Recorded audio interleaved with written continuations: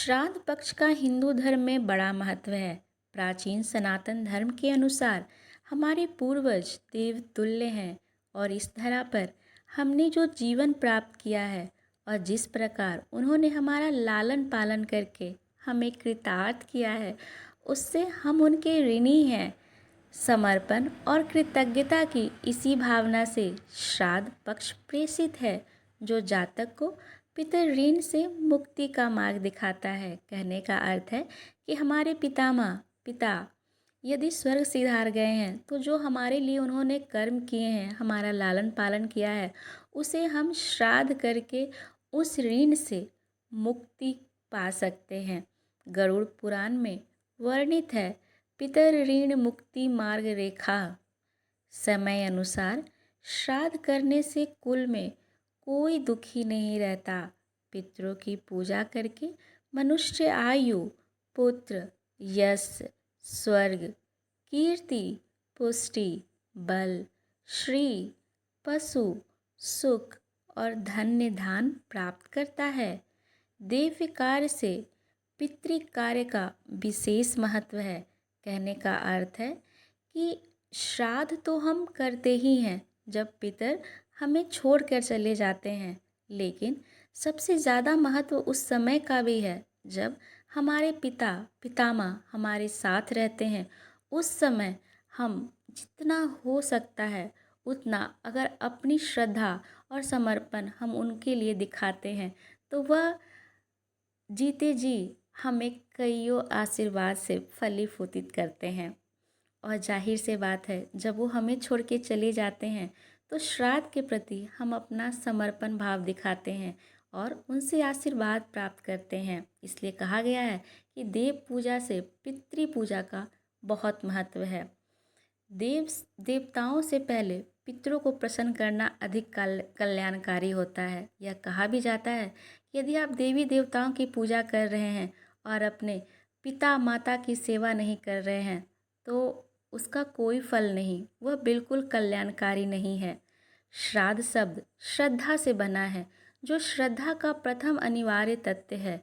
अर्थात पितरों के प्रति श्रद्धा तो होनी ही चाहिए। अश्विन कृष्ण पक्ष की प्रतिपदा तिथि से अमावस्या तक का समय श्राद्ध का महालय पक्ष कहलाता है। इस अवधि के 16 दिन पितरों अर्थात श्राद्ध कर्म के लिए विशेष रूप से निर्धारित किए गए हैं। यह अवधि पितृपक्ष के नाम से भी जाना जाता है। पितृपक्ष के समय में जितने भी लोग हैं, वो अपने पितरों के प्रति श्रद्धा अर्पित करते हैं। लेकिन एक बात ध्यान रखनी है कि जब पितर हमारे पास नहीं होते हैं, तो हम तो उनकी श्रद्धा के लिए पितृदान करते हैं, लेकिन जब वो हमारे पास हैं, उस समय भी आपको उसी श्रद्धा, उसी भाव से उनकी सेवा, उनकी पूजा करनी चाहिए, उनकी आदर करनी चाहिए। जब ये चीज़ करते हैं तो उनके जाने के बाद जब उनका आप श्राद्ध करते हैं तो वो ज़्यादा फलकारी होता है। क्यों की जाती है पितृ पूजा? पितृपक्ष में किए गए कार्यों से पूर्वजों की आत्मा को शांति प्राप्त होती है तथा कर्ता को पितृ ऋण से मुक्ति मिल जाती है। आत्मा की अमरता का सिद्धांत तो स्वयं भगवान श्री कृष्ण गीता में उपदेशित करते हैं।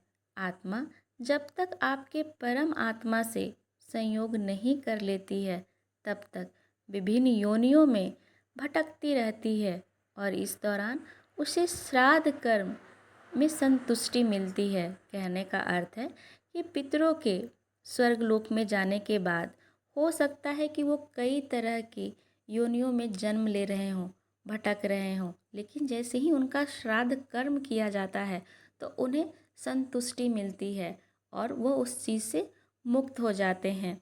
शास्त्रों में देवताओं से पहले पितरों को प्रसन्न करना अधिक कल्याणकारी माना गया है। यही कारण है कि पूजन में से पूर्व सर्वप्रथम पितरों की ही पूजा की जाती है। आप ये ध्यान दे सकते हैं कि जब भी आपके घर में कोई भी पूजा की जाती है, तो पूजा प्रारंभ करने से पहले आपके पितरों का ही आह्वान और उनका नाम लिया जाता है और उनका आशीर्वाद लिया जाता है। उसके उपरांत ही वो पूजा प्रारंभ की जाती है। अगर आपको ये जानकारी पसंद आई हो तो चैनल को लाइक करें और सब्सक्राइब करें। मिलते हैं अगले वीडियो में एक नई जानकारी के साथ। तब तक के लिए राधे राधे।